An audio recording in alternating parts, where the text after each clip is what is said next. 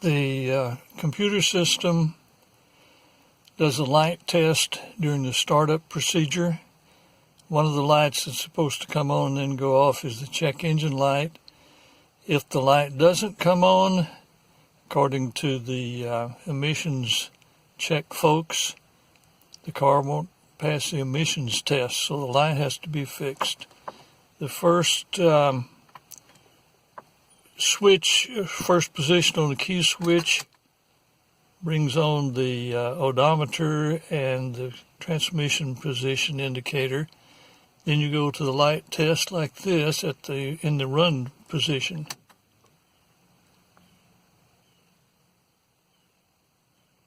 And then in start, let's see what happens. A couple of other lights come on and then go off.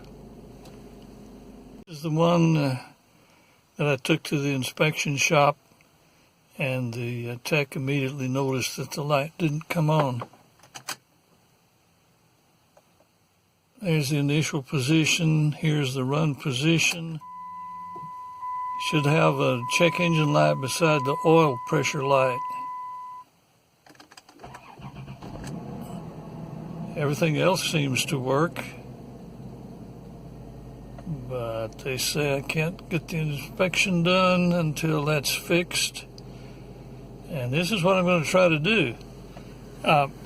Just take this panel up.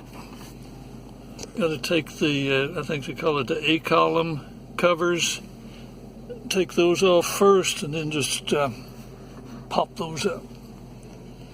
And then hope that I can find what the problem with that light would be. I'm afraid it's a computer problem, but maybe it's just a bad bulb. Who knows? To get the cover off, I first have to take the, what do you call this hand grip? Take that little cover out. And then there's some kind of screw in there. And another one down at the bottom. That's a T20 Torx head screw. Your fingers around like this, and out it comes.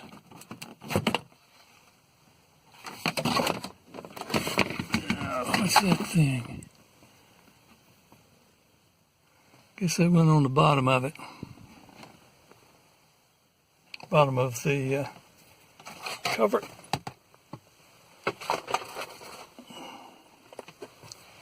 Then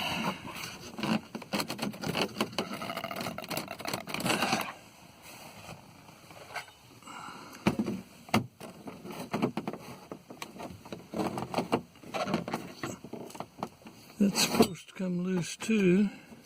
I may need to get a screwdriver to do it, but I'll do that and get back. Anyway, if you want that handle up there, you got to have those two strong. There we go. Driver up against the clip. I think you can see the clip in there. I've got to get better lighting for this. Well, it feels like the thing's going to break into a bunch of pieces. But if you, let's see, there it is. Work around, you can pop all of these loose. Still don't have the lighting right. Okay. There's 4 clips,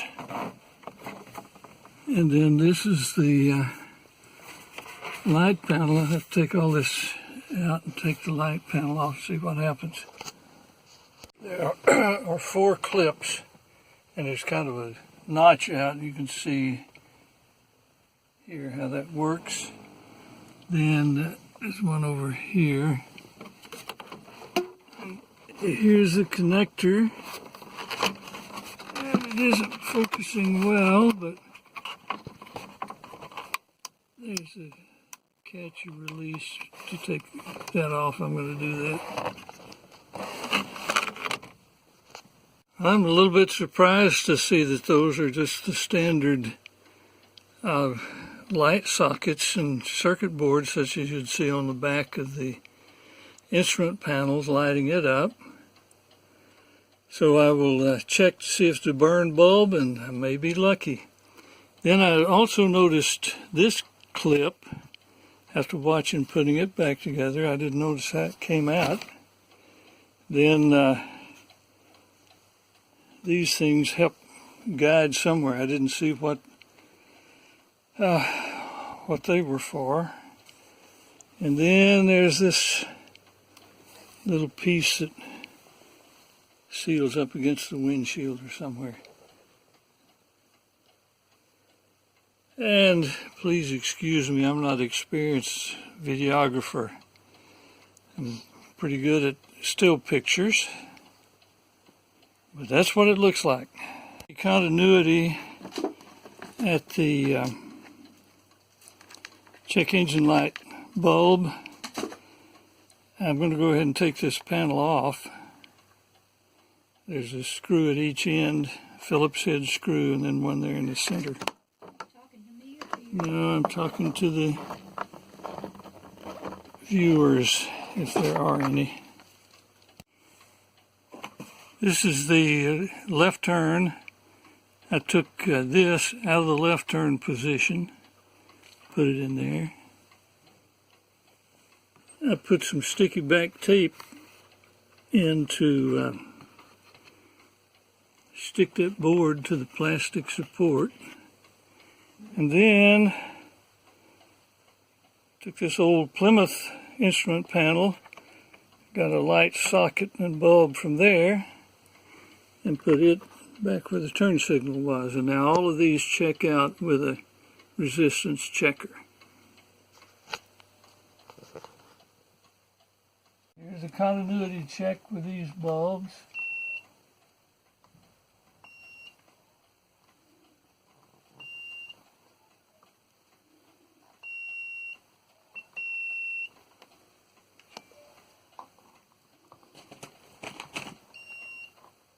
Some of them use the same ground, and yeah, there's a ground. Dark. Get my head out of the way. Your head's not in the way. That should make it work. Okay, you can turn it off. 2000 Chrysler Town & Company, Town and Country.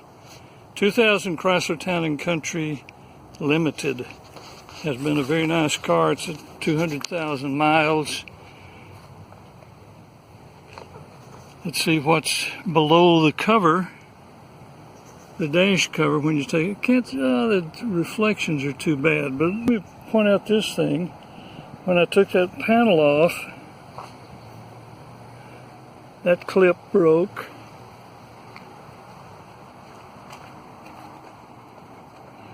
The other one seems to have come out okay. There's a speaker. Can't get to much, but I was looking for the connection for the alarm lights. Looks like that might be the computer for the alarm lights, but I found a bad bulb for the it was coming on. I'll put that back in a minute. Okay, let's see how it looks here.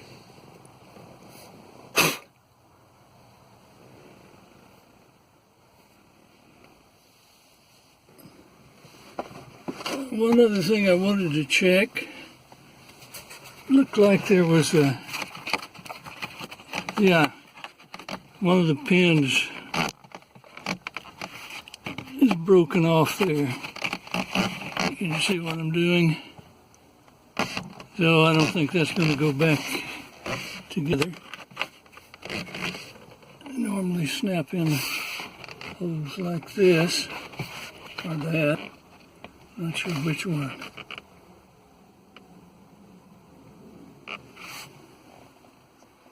Looks like a lot of duct work for the heating and air conditioning and ventilation system. If this part has to be removed, looks like you start, well, once you get this off, find several screws around. This probably has to come off too, and probably would be good to take the instrument panel out to keep it out of the way. Boy, that'd be a major job, it looks like to me. This radio bezel or frame has 2 screws here, and then you pop this out with a screwdriver, and there's 2 screws down there, and then it snaps off. I pulled this dash panel off to check to see if the check engine light had burned out. I found a bad bulb there. I think that was the only problem. And the only other reason I know of for taking this dash panel off would be to work on the speakers maybe. Didn't seem to be anything under there except the speakers and the warning light panel. But here's some things you need to know if you have to pull this panel off. I don't see a notch here in this corner for that clip, but there is one here. This helps you see where the clip is, and it's better to put a screwdriver in there than to try to pull up from another location. Now this one broke off. I don't know if it broke off when I was removing it or not. There's a notch here for this clip, notch here for this clip. After you pull this up enough, you can probably see under here and get a screwdriver in to pry this clip out. I got it to snap out without doing that, but the one on this side broke off. And I didn't see what these fasten to there in the dash, but obviously they're supposed to clip in to something. I'll see what happens when I go out and reinstall it in a few minutes. Okay? Do one more scan of the area under the dash.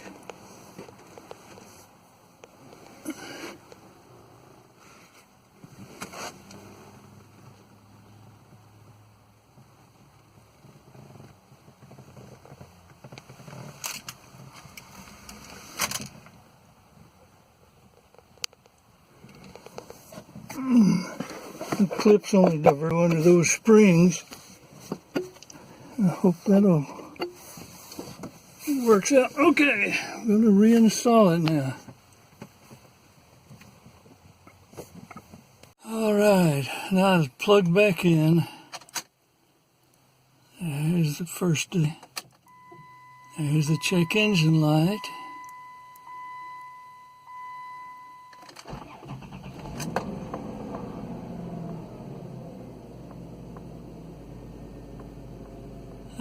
Okay. Southern heat can be very bad with plastic, especially under the windshield. There's a crack there that wasn't there before, but in the process of putting it in, it cracked. All right, I'll put these pieces on each side, and it should be finished.